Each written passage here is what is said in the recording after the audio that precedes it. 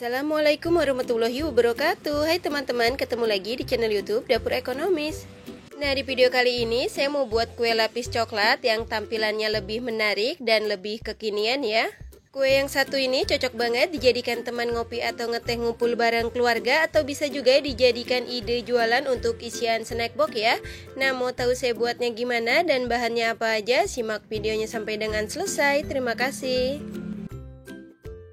Langkah pertama, siapkan panci, lalu masukkan gula pasir sebanyak 75 gram atau setara dengan 5 sendok makan. Kalau teman-teman suka manis, boleh ditambahkan untuk takaran gulanya, disesuaikan dengan selera ya. Selanjutnya, tambahkan garam sebanyak setengah sendok teh dan vanili bubuk sebanyak 1/4 sendok teh. Tambahkan 3 lembar daun pandan supaya aroma kuenya lebih wangi. Selanjutnya, tambahkan santan sebanyak 350 ml dengan kekentalan sedang.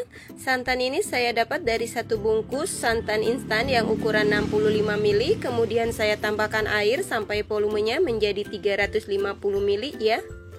Kemudian selanjutnya kita aduk-aduk sebentar supaya semua bahan tercampur rata. Lanjut santannya kita masak. Dan untuk santannya ini kita masak menggunakan api yang paling kecil sambil terus diaduk-aduk sampai dengan mendidih ya, supaya santannya nggak pecah. Dan tujuan santannya dimasak dulu supaya kuenya lebih awet dan nggak cepet basi ya teman-teman. Setelah santannya mendidih, kemudian matikan api kompornya sambil diaduk-aduk sebentar ya, supaya menghilangkan sedikit uap panasnya. Selanjutnya untuk santannya kita diamkan di suhu ruang sampai benar-benar dingin atau minimal hangat baru bisa digunakan. Selanjutnya siapkan wadah yang kering, lalu masukkan tepung beras sebanyak 80 gram atau setara dengan 8 sendok makan seperti ini ya.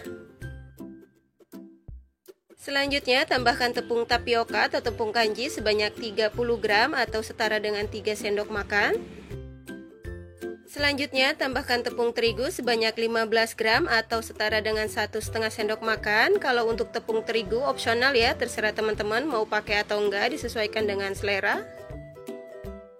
Kemudian selanjutnya kita aduk-aduk sebentar supaya semua bahan kering tercampur rata. Setelah semua bahan kering tercampur rata, kemudian masukkan santan yang sudah dimasak tadi dalam keadaan sudah dingin secara bertahap ya.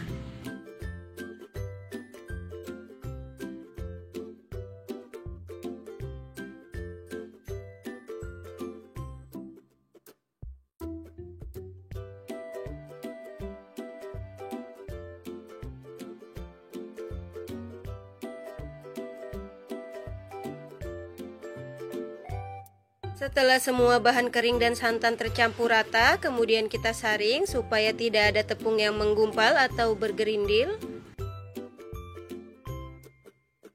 Dan untuk hasil air adonan setelah disaring ini sekitar 450 ml, kemudian kita bagi adonan menjadi 2 bagian.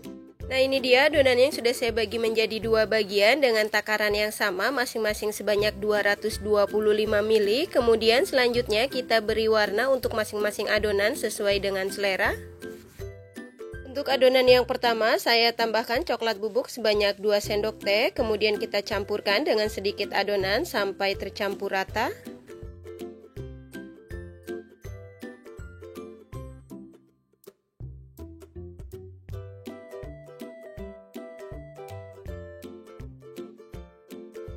Biar warna coklatnya makin cantik, saya tambahkan pewarna coklat makanan secukupnya.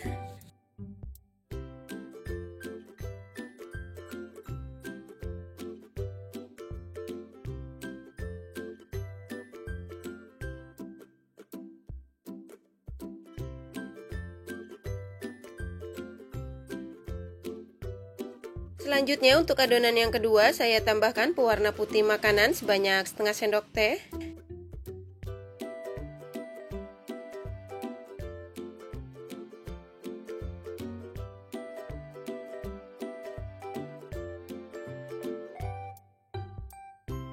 Setelah semua adonan selesai diberi warna, kemudian kita kukus. Selanjutnya siapkan kukusan, dan untuk kukusannya ini sudah saya panaskan terlebih dulu. Dan jangan lupa kalau teman-teman menggunakan kukusan yang bulat seperti ini, untuk tutupnya dilapisi menggunakan lap atau serbet yang bersih supaya tidak ada uap air yang jatuh ke atas adonan ya. Dan di sini saya menggunakan cetakan loaf yang berukuran diameter 6 cm ya. Dan untuk cetakannya ini sudah saya olesi tipis-tipis dengan minyak goreng dan sudah saya panaskan terlebih dulu juga. Selanjutnya kita tuangkan adonan lapisan pertama yang berwarna coklat ke setiap cetakan masing-masing sebanyak 5 ml. Selanjutnya kita kukus selama 3 menit menggunakan api yang paling kecil atau disesuaikan dengan kompor masing-masing.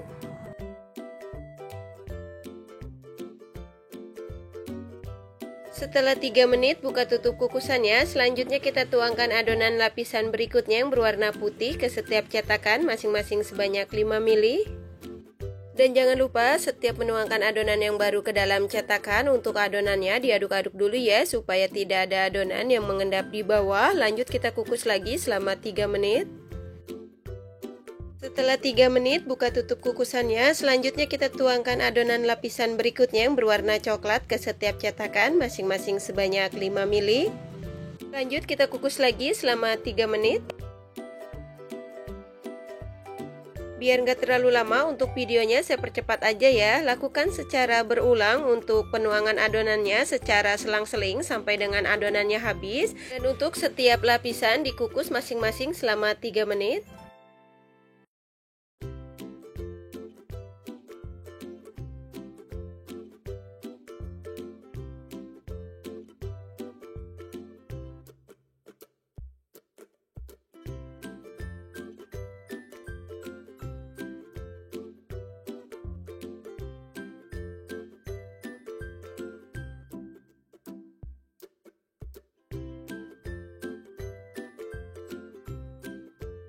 Alhamdulillah kita sudah sampai ke lapisan yang terakhir. Selanjutnya tuangkan adonan lapisan berikutnya yang berwarna coklat ke setiap cetakan masing-masing sebanyak 5 ml atau sampai dengan adonannya habis ya. Dan untuk adonan yang terakhir ini kita kukus selama 20 menit atau sampai dengan matang menggunakan api yang paling kecil. Dan jangan lupa untuk air kukusannya dicek kembali supaya nggak kering. Setelah 20 menit buka tutup kukusannya. Nah ini kuenya yang sudah matang. Kemudian matikan api kompornya, lalu angkat dan tiriskan.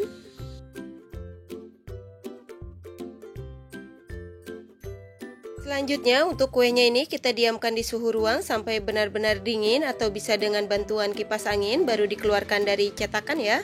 Setelah kuenya dingin, kemudian kita keluarkan dari cetakan dan cara mengeluarkannya di sini kita tekan secara perlahan setiap pinggir-pinggirnya lalu keluarkan kue dari cetakan.